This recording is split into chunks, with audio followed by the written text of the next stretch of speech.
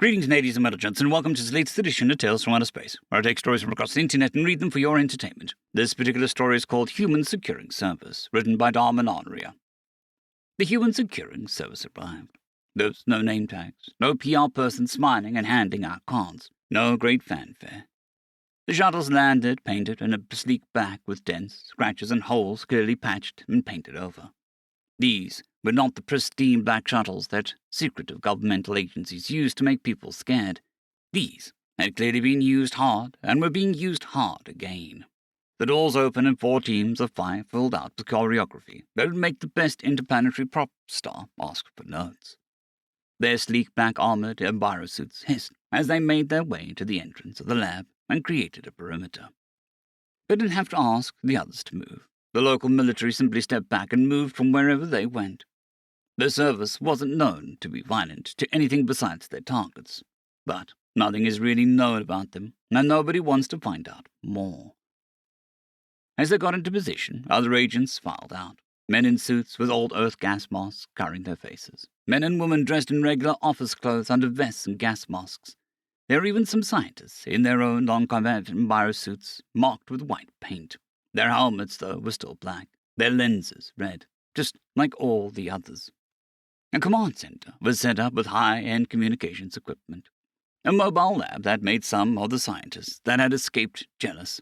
None of them got close, though. They saw the incendiaries mixed in with the equipment. Soon the scientists made the survivors line up at some booths to be checked, one team moving away from the entrance to be at the ready. It was a 1 of 2 teams that consisted of 2 people with earth shotguns, 2 with huge canisters on their backs connected to what looked like a pipe, and the last with a very high-powered rifle. The scientists didn't complain. They lined up, got checked, and one was led to a container and locked in. Nobody questioned it. We all knew the risks. The lab had been testing a new strain of Cron Kingdom had cooked up, a nasty thing that caused uncontrolled mutations in the host, driving them to become violently insane. A few overheard the humans mutter zombie protocol. We all saw the scientist had a bite mark. Soon the first team swept in. I rubbed my antennae and I watched the screens. I'd been in charge of the local military's response, and we knew who to call. Every planet with a high-risk facility had the same story. One day, a human in a suit appears at your desk in one of those gas masks. You never knew how they got there, just that they were there. They would hand over a black card and explain, "We humans have a history with experimentation that pushes things. Sometimes we pushed too far. We got good at cleaning up that too far. We are an organization formed from experts who handled those incidents, and we have experience handling what could go wrong.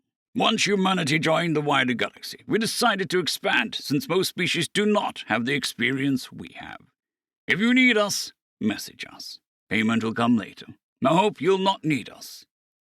Then the person would leave, and you'd be put the card in a very easy-to-find place. Nobody ever wants to contact them, but if things got bad, they would fix it. You just prayed to whatever god your species had that you contacted them fast, since if they were needed, well, you just made the call fast.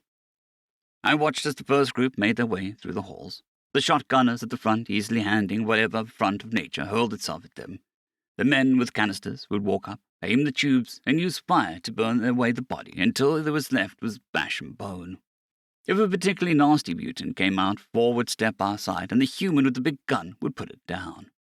After a while, 2 other teams slid down into the labs. They had 2 men with what were known as SMGs and 3 people with different canisters. They swept into the labs and collected data, papers, scanned computers, secured samples, and used drones to send them topside for securing. Once done, the men with canisters would look around, talk over private comms, then do their thing. Sometimes it was to burn everything in the room with 2 of them equipped with the same flame gear. Sometimes the other 2 stepped forward and hosed things down with a clear liquid that made anything that wasn't metal sizzle. Room by room, they went cleaning. Topside, the last team watched the exit. Eventually, the mutants realized death was purging the labs, and a horde started to try and rush out. The flamers calmly started a roaring flame at the door, while the shotgunners and riflemen took down whatever made it through the fire. Once the rush was done, the flamers stepped forward, burning everything, then stepped back into position. It went on for a few hours. Survivors were finally located and sent to the sweep teams. Questions were asked, bodies checked, and most were sent up top while scientists were kept around to help get info on labs. Those humans had stepped into what I could only describe as hell's nightmares. But they just kept going. No fear, no injuries, nothing. To me, it looked like professionals that would visit our training and gave demonstrations to show hatchlings how those training most would never get the chance to get would handle things. Finally, the last of the mutants were purged, and the teams pulled out. One asked me if I could detect anything else down there that needed to be pulled out, but I just shook my head. Canisters would roll down the main entrance, gas was pumped in, then flames lit it up. The explosion shook the ground, but before the cameras got out, I saw a fire reach the deepest parts of the lab.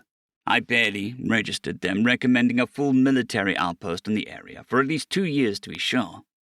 Then they left. The people that had an infection risk were left to us to handle, and we were given copies of all the findings. Then they left.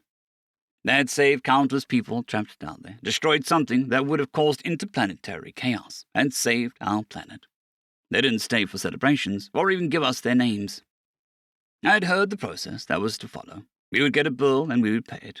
Some politicians would get contact info from somewhere and offer awards or celebrations only to be met by silence. A few notable survivors would get mysterious job offers, and most would take it and disappear, maybe showing up somewhere with a gas mask on someday. I was okay with that. We were secure again. We were safe. I just needed a nice drink and to try not to think about what horrors humanity could create that would make our incident just another day, and the fact that they already knew what to do. End of story.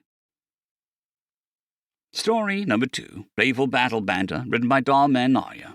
A Von Groot, Grand Fleet director of a human general, sat at the table with stimulants in hand. The Von Grutian had a distillate of Verilix volumite and human syrups in his talons, while the human had coffee. No syrup, no milk, nothing but the darkest brown possible, and made sure everyone knew it. They had met up every morning for this little game they played to help wake up their minds in the countless military debates ahead. 10 cannonade cruisers, the Bagrid started. 22 torpedoes, 10 will be intercepted with 2 extra, the human counted. Launch point, near planet, warped in. Crack, the alien grunted and taking the loss. Anti-torpedo netting. Warp in past net. Warp scramblers. We both know those are ineffective against small objects. The alien hissed and leaned back. Loss. They thought for a bit on the brief exchange. 2 carriers with 10 battleships, 4 anti-fighter gunships, full flight decks, none launched, the human stated this time. Unfair, the vagrant hissed, pointing his drink at the human. War is unfair, the human countered smugly. We both know that this is light expedition anyway. The alien's antennae twitched in acknowledgement, and he thought, Full moon fort, focus on anti-small ship batteries to buy time. Damn! Shielding, good. Focus fire on fighters and bombers, not launched yet. Focus fire on gunboats, the numbers. Battleship bombard, deep emplacements. Fuck! Delayed launch, high gunboat casualties. Good. 3 ship slices from nearby systems. Battleship intercept. Begin launching bombers and fighters from far side to protect the emplacements. Interesting. Slices employ fire wing abilities and activate frontal claw. Damn! 3 battleships cut in half. 1 damaged. 3. The human grinned. Self-sacrifice. The one detonates its core while being sliced. Crack. Slicer lost. Other engagements at range. Another battleship lost. Bombers use battleships as cover and engage. Second slicer lost. High casualties amongst human bombers? The human nodded. High casualties amongst bombers. Good. Fighters used the distraction to close the distance to the moon base. Not good, the alien hissed, and sipped his drink, thinking a while. Some underground fuel storage detonated, creating an asteroid field as an obstacle. The human whistled. Never thought of that. Good one. Fighters evade and use as cover, though. Crack. Turrets aim at asteroids to move them into fight-or-flight paths. Also very clever. Increase casualties and slows approach. The human tapped his chin. Battleships risk danger close fire support. Minor casualties amongst fighters, but path is cleared. Cold. Approved, the director grumbled. Fighters make it to planet. Guns too weak to cause damage. Focus fire and sensors in gun emplacements. Blinding. Targeting issues, so accuracy lowered. Distracting too. Carriers moving closer. Battleships begin to clear asteroids. Lasat. Hidden anti-ship mines hit by clearing bombard. Knew you would do that, the human smugly admitted as he sipped his drink. Remaining slicer takes out 1 more battleship due to distractions. Cruiser launch anti-ship torpedoes. Slicer lost. Surprised, though. Had 2 planet pools raw sources away from battle. 4 slicers, 10 hunters, 40 sway. Black hole. An alien just blinked a few times. Black hole? No, he hissed and leaned back. Really? Really? Really? Yep, the human gave a smug smile. Really? The alien let out another long, deep hiss. The whole fleet lost. Damage to the moon, highly likely. You face some protests, but are victorious. Nearby planets are weaker and fleet en route to reinforce nearby sectors. None attempt warp in. Warp points are recalculated due to genoting black hole. The human laughed hard at the alien's playful anger. It is such a shame that we'll never truly face off, human, he grunted as he finished his drink. It is, but we both know our governments and militant are just too close. That and our kids would wage a war on us, neither would ever win. Our mates, too, he pointed out. True. That was a lovely wedding. The alien shook in approval. And adopting the more orphans from both our species from battles you and me commanded.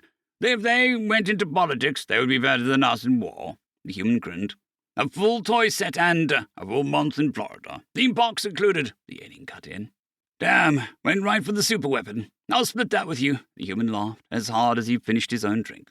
Says the human, the alien countered. And sure, grandkids are making me proud with how they are doing in the academies. The human smiled and nodded. Me too. Ready for our presentation? The alien just looked at the human in pure fear. Same, the human groaned as they got up and started to make their way to the convention center. End of story.